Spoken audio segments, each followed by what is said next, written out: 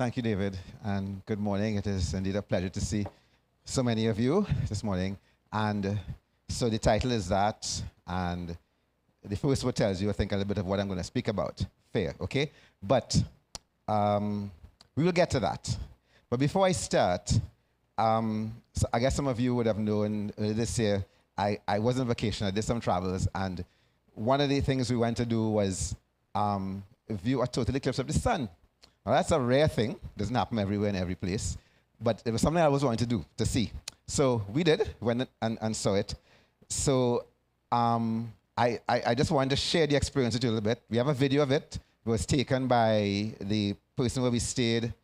This was in Sherbrooke, Quebec, where the eclipse was going to be full.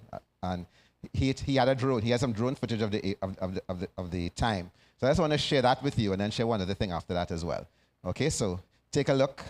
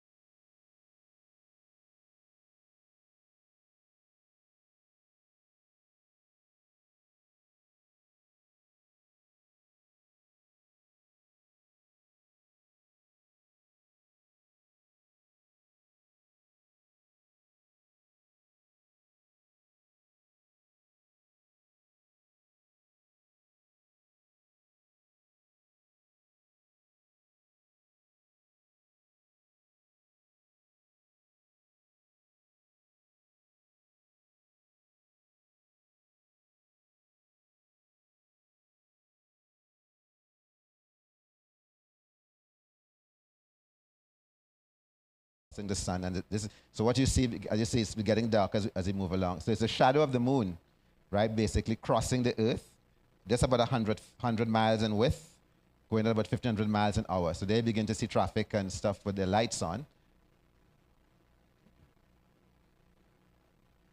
So it's not just dusk approaching, but as I said, this is 3:30 in the afternoon. I see some cars there moving up and down with the lights on already. And as one person said, I mean, if you're going to experience eclipse, why are you driving in your car, right? But some people did. And so there we have, what the light you see is basically is the sun's corona around the shadow there. And here we see basically we're in full eclipse at this point in time. With all the lights of the buildings on and the cars moving up and down. And you see, basically you see light on the horizon there because, as I said, it's a shadow. It's only a particular width. So beyond that width of the shadow, there is sunlight. Okay, so that's why you see brightness at the screen on top of the horizon there.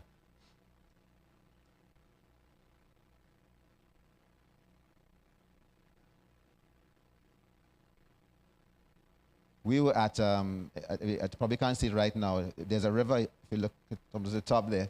And we were at a little grassy area overlooking that area with a great view of the sun. And on that particular day, there was absolutely no clouds in the sky. It was a perfect day to really experience this eclipse.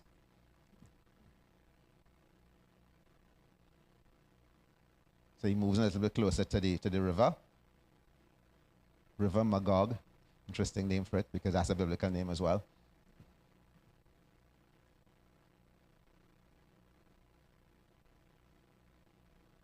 I think he has one more shot of the sun before he finishes up.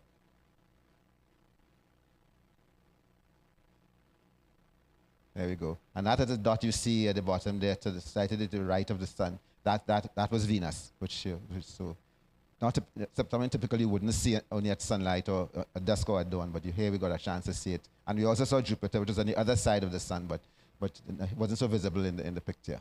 Okay, so that's it. It was a good experience, all right? It's just, when you're in the experience of it, it's really an interesting one and something I think very God ordained, that the fact that we can have the moon, which can completely cover the sun in totality to make it really happen. Now, I want to also show you this, just out of interest. This, we also visited a place called St. Joseph's Oratory, which is a Roman Catholic basilica building kind of thing that's in Quebec. And at that place had these 12 figures of the 12 apostles. And so I did this particular one. It's James, Peter, and John. Okay? But I draw attention, well, two things. So this is John here, and that basically is words in Latin saying, in the beginning was the word. Okay? But I want to draw your attention to the one in the middle, where you actually see two heads, right? So it's not only 12 apostles. Remember, there were 13 apostles, because Paul was an apostle. So actually, that one in the middle is actually Peter and Paul. And if you notice, a couple of things with it. If you know your history of the apostles, you see an upside-down cross. That had to do with the fact that Peter was crucified upside down, okay? And I guess you know what this is. It's not a turkey. It's a what happened with Peter?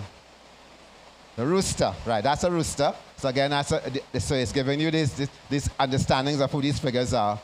And then you see a second head at the top here, right? And that is that's supposed to represent Paul. And why you only think you're only seeing a head? Because anybody knows? Paul was beheaded. Okay, so you only see his head. Okay, so I just want to show you that it was just something of interest that we came across, and they had all 12 of them, and I guess they'd have all 12 with some kind of depiction of themselves as to something that was significant about them. And that particular one was showing both, as I said, both Peter and Paul with things that we know about them. Okay, thanks, Gary. Thank you. Okay, so that was just some things I just want to share with you a little bit before I started. So as I said, the topic today is fear is not the key, it's the lock. Okay, and the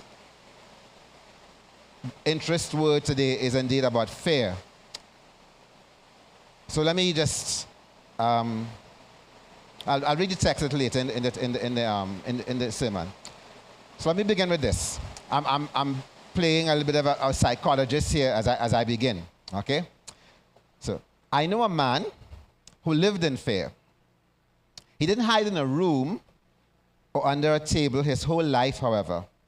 His fear was manifested in several different ways. He was quite shy, and this resulted in his avoiding people and having difficulty in meeting and relating to them. He was afraid of what people would think of him, so he kept quiet most times and often failed to assert himself at times when he should. This led to a lack of self-confidence, as he soon began to feel he was good at nothing, even though he was good for something. Even marrying his wife was a problem. He knew her for several years before he had the courage to tell her he liked her and start a relationship. He was afraid of things, using elevators, swimming, flying. Yes, he was afraid. He didn't have to cower in fear or look afraid, but he was afraid. From my research, such a man is described as a neurotic. He was beset by fears, but they didn't cause him to lose touch with reality. Consequently, he was able to live and function in this world while quietly suffering from his problems. A lot of people today are like that, especially with this thing called fear. Driven by fear, but living side by side with it every day. You might say, nah, I don't have those kind of problems. But I say that once you're human, you possess some kind of fear and become afraid on several occasions. So this message today, this word today, is to help us come to terms with fear and to understand it, and most importantly, what God's word says about it and how to deal with it. So today we're going to be looking at the definition, the causes, and the results of fear. The definition, the causes, and the results of fear. I'm going to try and do that through biblical verses and with some illustrations and so on. And next week, so I'll be here next week, hope you'll be here too, we will look at solutions, the solutions for fear. Okay? So today, as I said, definition. So the first thing I would like to say is what it is not. What I'm talking about today, what it is not. So what I'm going to say now is what you're not talking about. Okay? And the first one is the fear of God. And by that I mean the reverence that we hold for God. That the fear we recognize when we know God and we know his bigness and his power and everything else, and we revere him, we respect him, we honor him. That's not what I'm talking about. Okay? When I talk about fear. This is described in Philippians 2:12, where it says, "Dear friends, you always followed my instructions when I was with you. And now that I am away, it is even more important. Work hard to show the results of your salvation, obeying God with deep reverence and fear." Okay, so that's something that the Bible always exhorts us to do. Obey God, honor him with deep reverence and fear. And of course, we should do that. So, but we're not talking about that today. I'm also not talking about what I call warranted fear. Fear that is necessary. Fear that is necessary for us. For instance, crossing a busy road. You know, you don't want to just cross willy-nilly without regard to anything else. You want to be careful. You want to have a measure of circumspectness in you so that you don't just step out and get knocked over. Okay, that's warranted. So you have a measure of fear, if you want to put it that way, of concern. Crossing the road, putting your hand on a stovetop, on a hot stovetop, because you like it to get burnt, and you don't want to do that. Okay, you've learned from that. You see it happen to other people, and you have a fear, warranted fear of doing that. Or putting your hand in an electrical socket, because you will get a severe jolt. Okay, and some of us have done that and experienced it. I have. Or driving home at night. Okay, we know our situation in our world, in our country today, and therefore when you are driving at night and reach home, you're told to be careful, look behind you, make sure no one's following you, to call people, those kind of things before you get home. That is warranted. Okay, that's a concern, that is a measure of fear that you want to have in your life. Okay, you put into your life to make sure that things are okay. Okay, so that's warranted. But that is also not what we're talking about. All right, so we have the fear of God, we have warranted fear. But instead, we are talking about what I call unwarranted. That is to say, it's not something that we should be happening to us. Irrational. It's not rational. It's not reasonable. Unwarranted, irrational fear. And this is fear that is crippling, fear that paralyzes us, that causes one to lose heart and to give up. All right? You don't want these things to happen to you. It's crippling. It stops you from doing what things that you really want to do and causes you to give up. I had an experience many years ago when I was still working with WASA, and we were doing this house-to-house road survey, house-to-house surveys, and we went to different places. I remember going to one house in particular, knocking at the door or calling out. And this lady came to the window at the door, and as soon as she saw me, her reaction was she just started to shout and to say things loudly. And I had no time to tell her what I was doing, anything at all. But she just reacted in this very strong way, as if she was afraid of who I was, and didn't want to see me, and didn't want me there at all. Didn't want to see me at all. So her reaction was an irrational one. It was just not warranted because I didn't come with anything else but a notepad and something. But she just had a strong reaction to me being out there. And that's unwarranted, that's irrational. That's the kind of thing I'm talking about. That's what we do. That's what I'm talking about today, and that's what we don't want to have in our life. Now, Leviticus 26, our text today, kind of talks about this in a particular situation where it says, and he's talking about, I guess, God is talking to the Israelites. And he's saying in 36 and 37, "And for those of you who survive, I will demoralize you in the land of your enemies. You will live in such fear," and apparently they had probably had a bad experience, a sinful experience with God, where they didn't do something right. And he was saying, "You will live in such fear that the sound of a leaf driven by the wind will send you fleeing." Imagine that, just the sound of a leaf driven by the wind, will send you fleeing. You will run as though fleeing from a sword, and you will fall even when no one pursues you. So the saying goes, but that is scaring them crazy. Though no one is chasing you, you will stumble over each other as though fleeing from a sword. You will have no power to stand up against your enemies. So this is the kind of, so that when you hear that text, that's the kind of irrational and warranted fear we're talking about, where you're seeing ghosts where you're not seeing them, you're seeing enemies where they're not there, you're seeing people coming after you.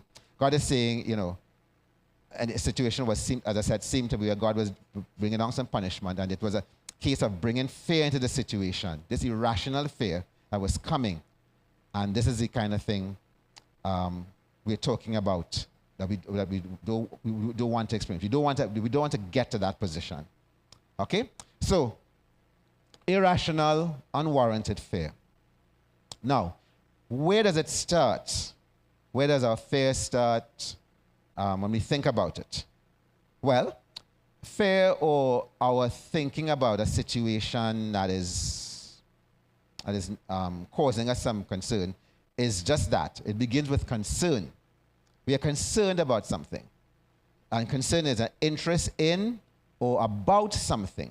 It's on our mind. So a situation we're not happy with, and it plays over and over in our mind because something is happening that we're not happy about, and we get concerned about it, right? It's on our mind a lot, and we think about it. It could be something at work, on your job, in your family. It could be a health issue, that kind of thing. And you become concerned, and it begins to be on your mind a lot. Now, concern can move to worry.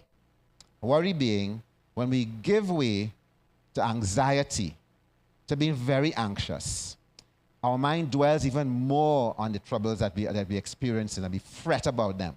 We become really anxious, and it's more than just thinking about it, but it really continues to play with us, and it begins to cause us to be really starting to fret a lot about what is happening. And that's worry. That's worry. So concern moving to worry. And then worry moves to anxiety, which is described as a morbid state or a dark state of excessive uneasiness. So even more uneasy. The worry made us fret a bit, but now we really anxious, and it's causing us some real uneasiness.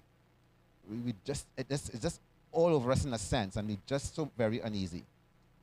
And then finally, this anxiety can lead to outright fear, where fear is a painful emotion caused by impending danger or evil, perceived or real. A painful emotion.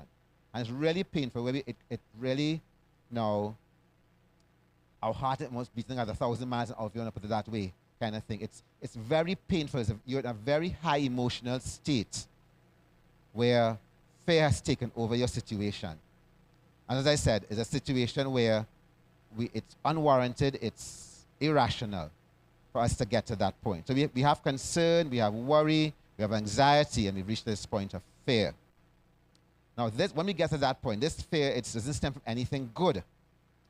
And when we think about fear as I'm describing it today, we're going to think about the latter three things I just said and group them together as for the purpose of teaching today, for describing when I talk about fear.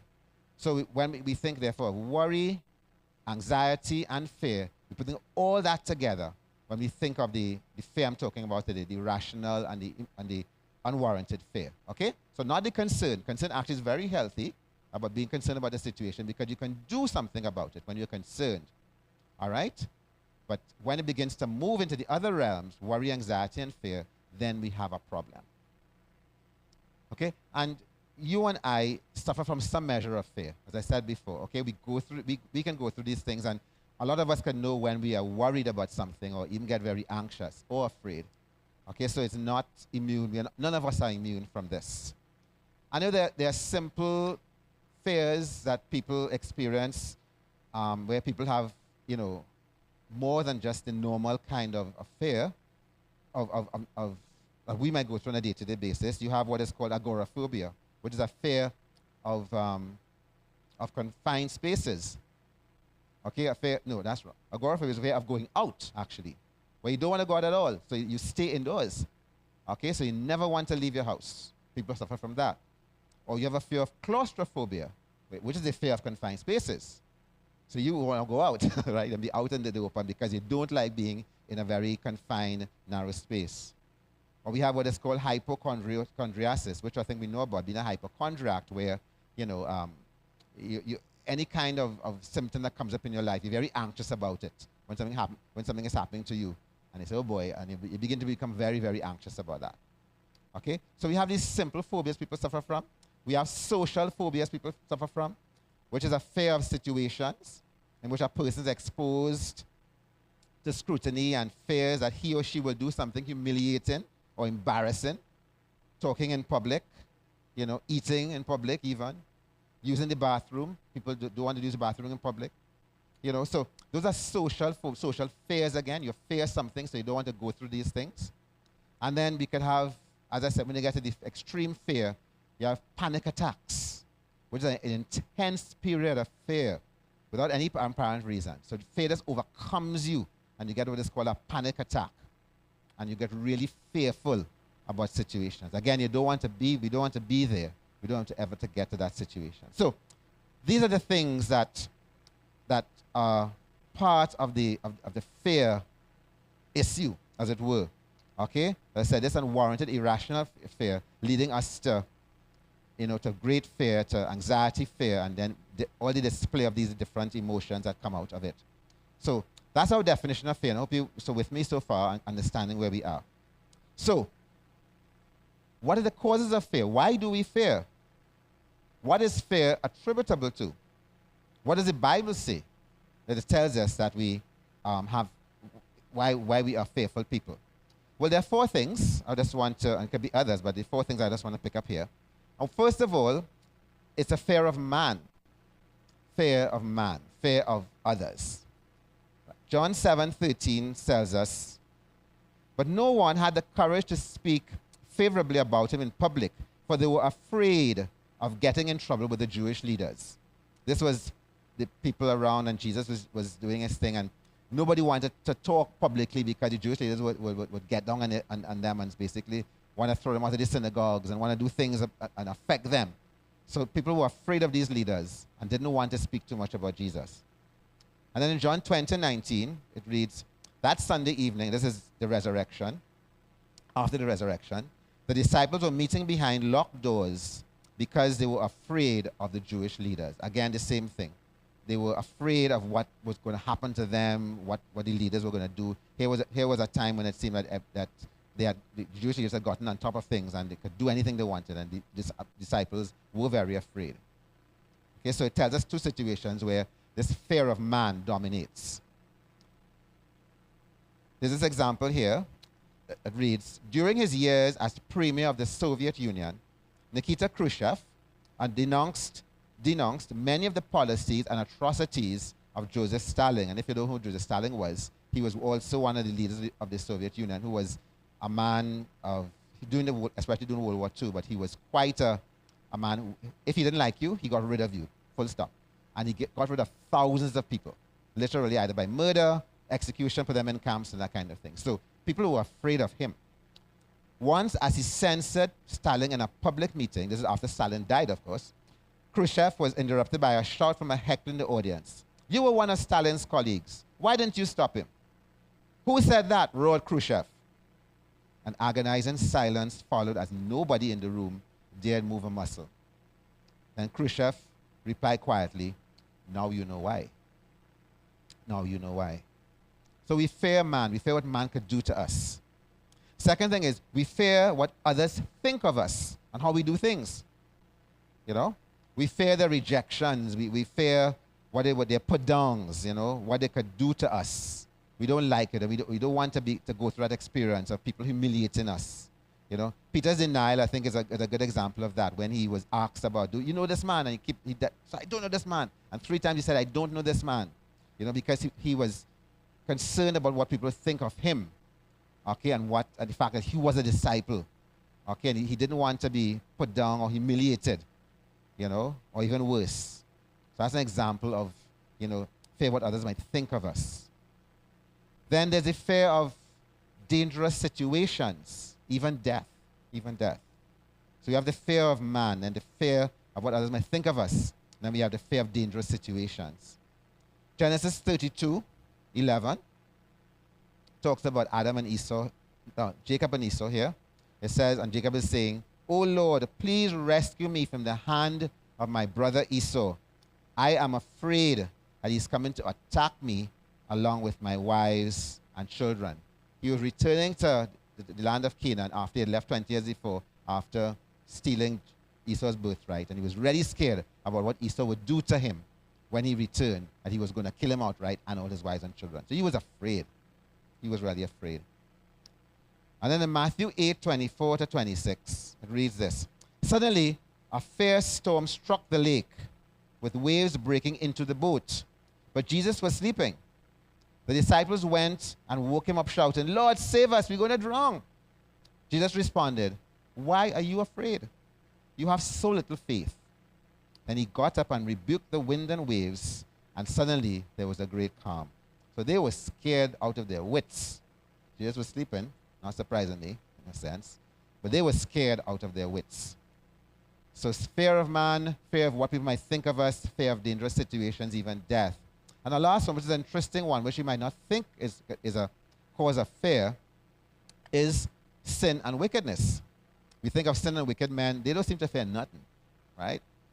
It seems that they go about life and just, because of the power of who they are and what they might have in terms of weaponry and so on, they don't seem to care a lot about, they don't seem to fear anything. But in 1 Samuel 12:18-20, it reads, "So Samuel called to the Lord, and the Lord sent thunder and rain that day. And all the people were terrified of the Lord and of Samuel. 'Pray to the Lord your God for us, or we will die,' this all said to Samuel. 'For now we have added to our sins by asking for a king.' 'Don't be afraid,' Samuel reassured them. 'You have certainly done wrong, but make sure now that you worship the Lord with all your heart and don't turn your back on him.'" So it says they were terrified. They understood they were sinful. Samuel saying to them, "Don't be afraid. Again, you have done wrong. You're sinful." So where it may seem that people who are sinful or wicked don't seem to fear, but when they face the one triune God, the all-powerful God, have to face him at some point, you can get very, very afraid. I think that's the point here. That's a cause of fear that maybe people, they won't recognize at the time, but which we must recognize. As sinful, wicked people also have reason to fear. They fear the most powerful God, the most high God, who indeed could do something to them. So that's also a cause, and we should remember that. Okay, so we have seen definitions, we have seen our causes, and now we look at the results of fear. The results of fear. And this is the critical thing, because this is how it plays out in our lives. This is how it manifests itself in our lives. And it's the heart of the thing, really, because this is what you don't really want to be happening to you. This is what really affects us. If you're afraid, what happens to us? And there's several things that essentially it leads to. We find there is self-doubt. We doubt ourselves. We find discouragement comes into play. We think of the story of Elijah after he had defeated the prophets of Baal, running away when Jezebel told him, "I'm coming after you to kill you." And he runs away, hides in the cave, and you could see him in a very despondent state, saying, "I'm the only one here, and the world is going to the end in a sense." And God has to reassure him. He's very, very discouraged because he's very, very afraid of what Jezebel would do to him. 1 Kings chapter 19. So we also see the distress and depression. And this is a story, we can read this example of this in Genesis 21. The story of Hagar and Ishmael after being thrown out by Sarah. Hagar had the baby for Abraham at the behest of Sarah. Had the baby. So this was Abraham's son, Ishmael. And once it happens, Sarah begins to hate her and has Abraham throw her out. And Genesis 21:16, it reads, "Then she went out and sat down by herself about 100 yards away. I don't want to watch the boy die, she said as she burst into tears. But God heard the boy crying, and the angel of God called to Hagar from heaven. Hagar, what's wrong? Do not be afraid. God has heard the boy crying as he lies there. Okay, so she was very afraid what was going to happen to her. It caused her great distress, but God was able to encourage her. So we have self-doubt, discouragement, distress, depression happening out of the fear in our lives. There's a lack of love as well. 1 John 4:18 tells us, such love has no fear, because perfect love casts out, expels all fear. If we are afraid, it is the fear of punishment. And this shows us that we have not fully experienced his perfect love. I was talking here about God's love for us. And if we understood, if we embraced and knew it, there's nothing to fear. There's really nothing to fear when we know God's love. But we could take this into a human situation, as it were, where we might have situations of where a lack of love is in our families or with people and stuff like that. And we think, and when that happens, abuse might happen. And therefore, in an abusive situation, punishment can happen, or things might happen which are going to be violent. And there's no love there. There's no love there. You begin to be very afraid of what's going to happen to you. And of course, no love could exist for the people in those circumstances. And that therefore is a result of being fearful, that it can lead to a situation where you don't have any love. And then there is trouble as a cause of fear, a result of fear. It's in Proverbs 29:25 tells us that there is fearing people is a dangerous trap.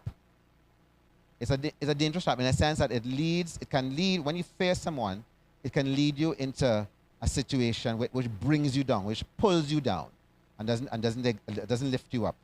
So you find yourself falling into a situation where you are going in a deeper and deeper hole because you fear people, and it's causing this result in your life. Trouble. It's bringing trouble into your situation instead of lifting you out of a situation.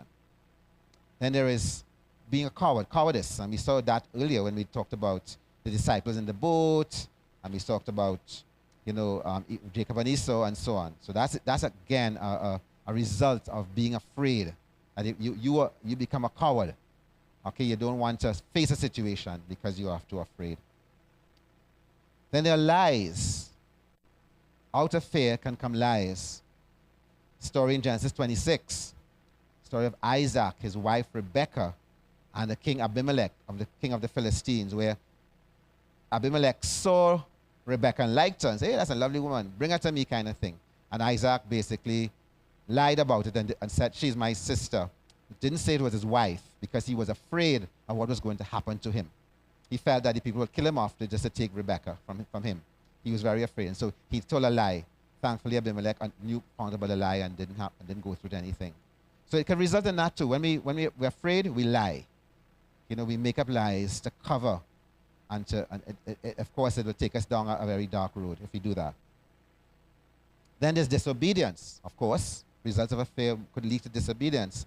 Again, in 1 Samuel 15, we see the story of Samuel, Saul, and the Amalekites, where Saul was told by Samuel, kill all of them, kill the Amalekites, and why? That's in the whole story as to why, but wipe them out. Wipe out everything, the people, the livestock, everything. Saul didn't do that. He kept all the livestock and killed the people. And then Samuel came, Samuel said, I told you to kill everybody, why didn't you do this? And Saul's answer was, because I was afraid of the people. I was afraid of the people. In other words, he felt the people might have wanted the livestock. He didn't want to kind of go against them. And he was in fear of what they might tell him. So at least, Saul was disobedient because he feared what was going to happen. He was afraid of the people. And then there's doing nothing, another cause of fear. And as we see that in the parable of the talents, Matthew 25, where instead of investing the talent that was given to him by the master, he buried it because he said he was afraid of the master and he didn't like what the master used to be doing.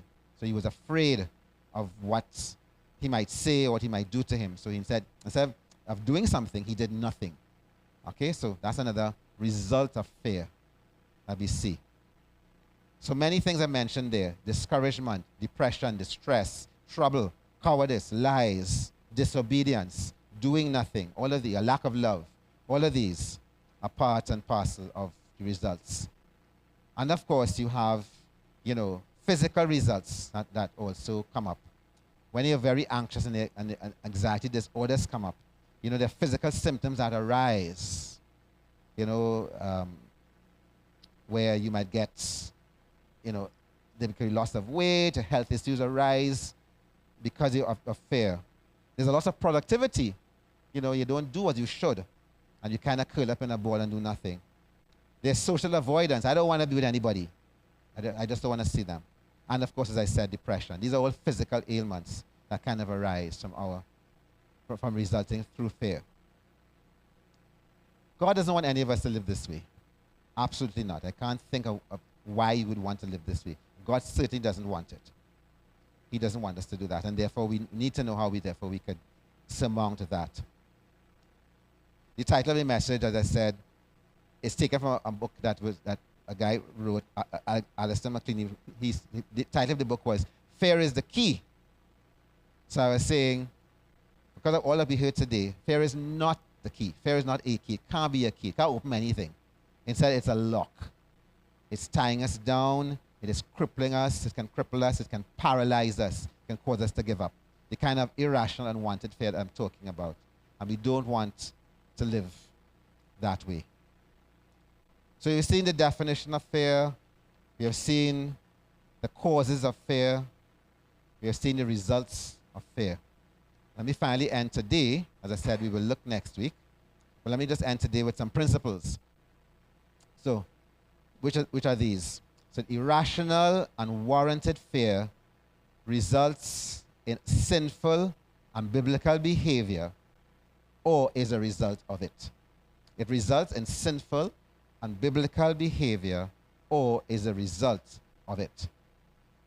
Okay. Irrational, unwarranted fear is sinful and can only be dealt with accordingly to Jesus Christ, faith in Him, and His promises. Okay, so I want us to get that. As I said, fear, like pain in a sense, is an indicator of something.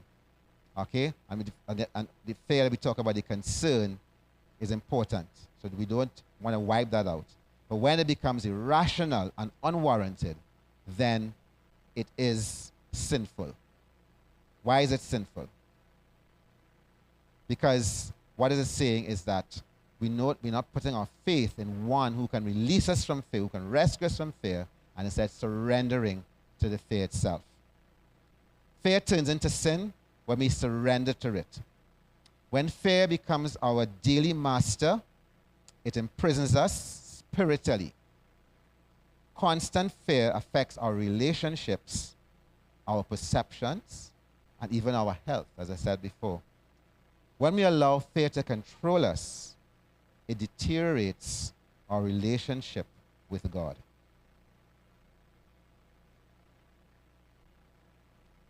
And it comes from within us, and it comes, I have fear, very well aided and abetted by Satan. So even though we are afraid in our lives, Satan takes that and swings it around and makes merry with our fears. It's something that he can really use to mess with us big time. So he is happy when he sees us fearful. The Word of God so many times tells us, do not be afraid. And we'll explore some of that next week. So remember that, it's this fear which is in you, but Satan is also coming alongside you to make use of it. And you don't want him in your life whatsoever. Okay, so we don't want to give him that extra tool, to come at us with. You see, Alistair McLean, who wrote the book, he said, in the right hands, fear is the deadliest weapon of all. In Satan's hands, fear can be a very deadly weapon. Okay, so we don't want to be there. And I would argue in closing that it can't be dealt with fully by just psychology or psychiatry. Those aids are very helpful. I would not just discount them whatsoever. But I'd put it to you that if we really want to overcome, deal, have our fears, under control, it's going to happen only with Jesus Christ in your life, God playing a role in your life. So if we see it, that irrational, warranted thing, fear, as a sinful thing, then how do we deal with sin?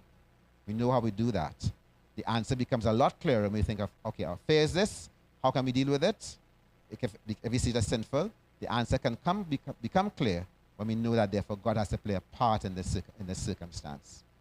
So solutions to that, we look at that next week. Let's pray.